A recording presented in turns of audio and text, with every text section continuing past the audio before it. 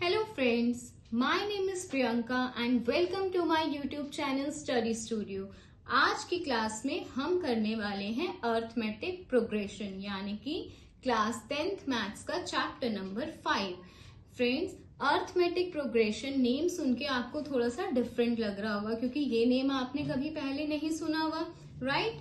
But ऐसा इस chapter में कुछ भी नहीं है। This is very very simple chapter.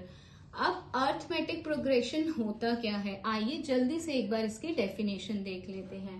Arithmetic progression is a sequence of numbers. तो क्या कहा गया है कि अर्थमेटिक प्रोग्रेशन एक सीक्वेंस ऑफ नंबर्स होता है। कैसा सीक्वेंस ऑफ नंबर होते हैं?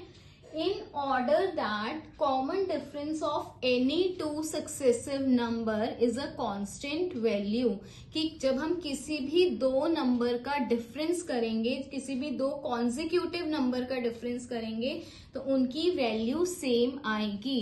चलिए इसको एक एग्जाम्पल के साथ समझते हैं। फॉर एग्जाम्पल मैंने एक सीक्वेंस ऑफ नंबर्स ले रही हूं। मैंने यहाँ पे लिया 2, 4, 6, 8, 10। ठीक है, ये मैंने एक सीक्वेंस ऑफ नंबर लिया 2, 4, 6, 8, 10 एंड सो ऑन।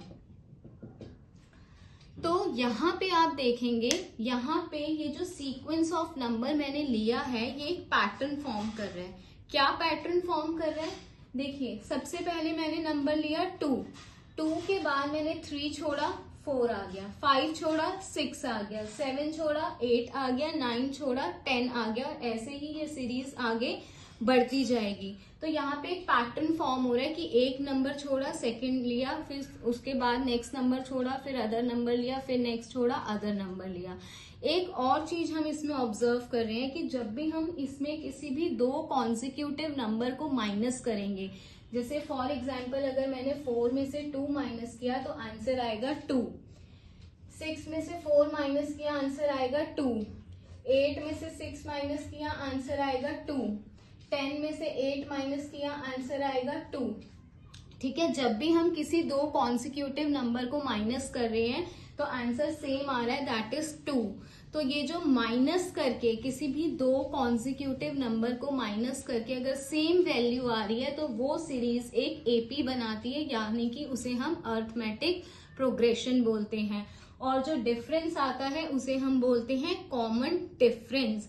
यहाँ पे किसी भी दो कॉन्जिक्यूटिव नंबर को माइनस करके डिफरेंस आ रहा है 2, तो यानी कि इस सीरीज का कॉमन डिफरेंस हो गया 2। और कॉमन डिफरेंस को हम डिनोट करते हैं डी साइन से, डी लेटर से। कॉमन डिफरेंस को हम किससे डिनोट करते हैं? डी से। और यहाँ पे इस सीरीज में कॉमन डिफरेंस क्या आ रहा है? 2। जो ये मैंने नंबर्स लिखे हैं 2, 4, 6, 8, 10, ये क्या कहलाते हैं? ये होते हैं एपी के टर्म्स। जो ये नंबर्स हैं इनको हम बोलते हैं terms of AP.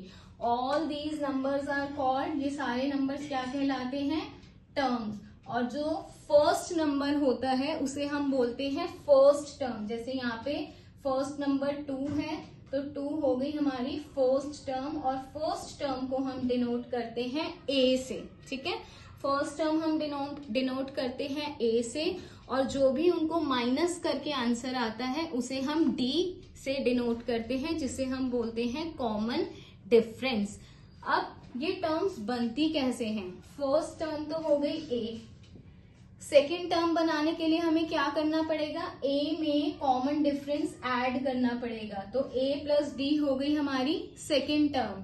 Third term बनाने के लिए हमें क्या करना पड़ेगा? ए प्लस 2d। फोर्थ टर्म बनाने के लिए ए प्लस 3d।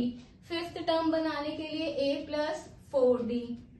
यानी कि किसी भी हमें nth टर्म अगर निकालनी हो, nth टर्म का फॉर्मूला होता है a प्लस n-1d।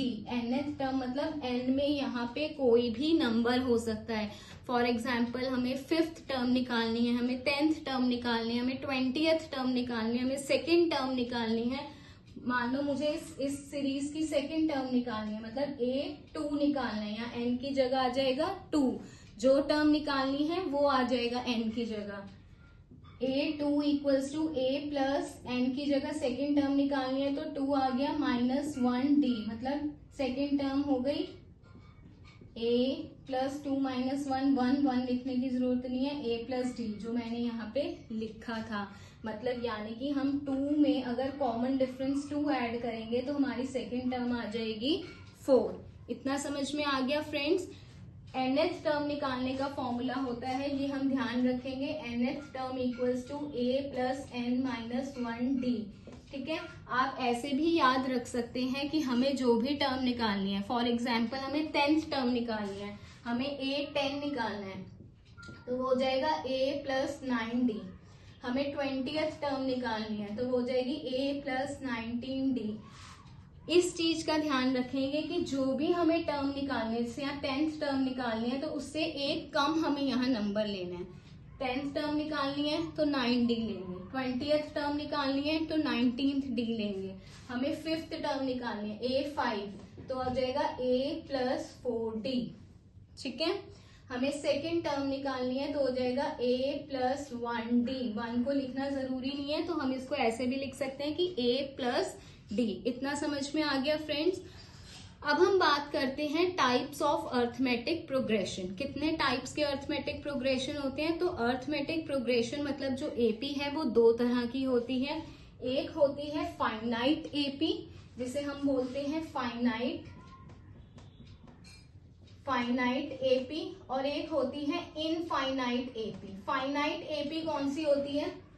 अगर मैं यहाँ कोई सीक्वेंस लिख रही हूँ जैसे 5, 10, 15, 20, 25, 30, बस यहाँ मैंने ओवर कर दिया।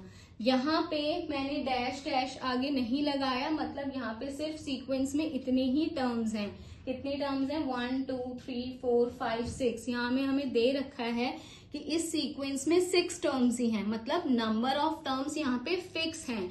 जिस सीक्वेंस में नंबर ऑफ टर्म्स फिक्स होती हैं उसे हम बोलते हैं फाइनाइट एपी। और जैसे मैंने फर्स्ट सीक्वेंस लिखी थी, इसमें मैंने डैश डैश डैश लगाया हुआ है, मतलब ये आगे भी कंटिन्यू हो रही है। यहाँ पे हमारी नंबर ऑफ टर्म्स फिक्स नहीं है कि ये सीक्वेंस कहाँ तक चलेगी, तो इस टाइप ऑफ सीक्वेंस को बोलते हैं इनफाइनाइट एपी। इतना समझ में आ गया फ्रेंड्स?